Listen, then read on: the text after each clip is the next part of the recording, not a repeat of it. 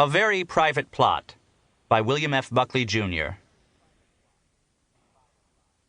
Dedication for Alistair Horn.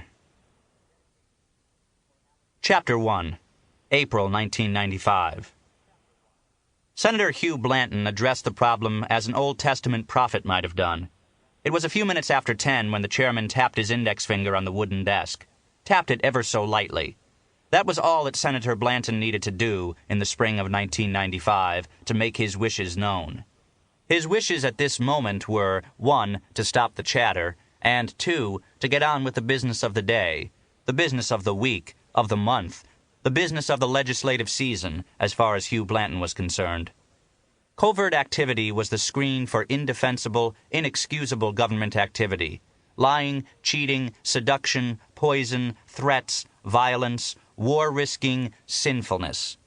He did not use the word sin. In the first place, he didn't want to get mixed up with the evangelical right. In the second place, he could never understand how anybody over 12 years old, not counting old ladies, could countenance the very idea of God. And sin was a God word.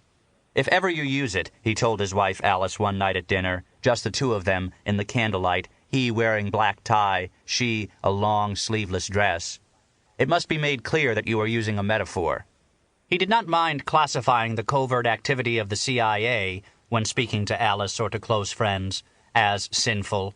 To make up for using such a biblical word, and to remind the listener that Hugh Blanton was a man of the world, he would as often as not denounce covert activity as sinful tout court.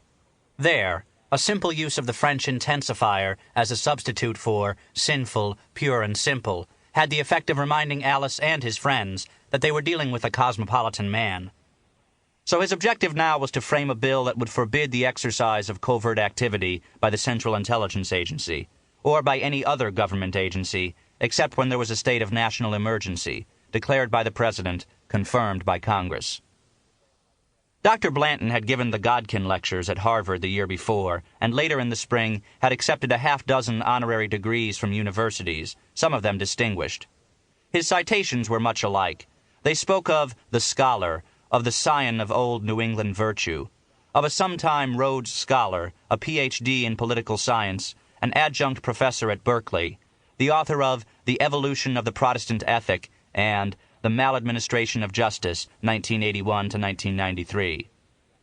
And it was in an address to the American Association of University Professors that he revealed, on the 10th anniversary of his appointment to the Senate by Governor Little of Illinois, that he would sponsor a resolution in Congress to bear all the records of the Cold War.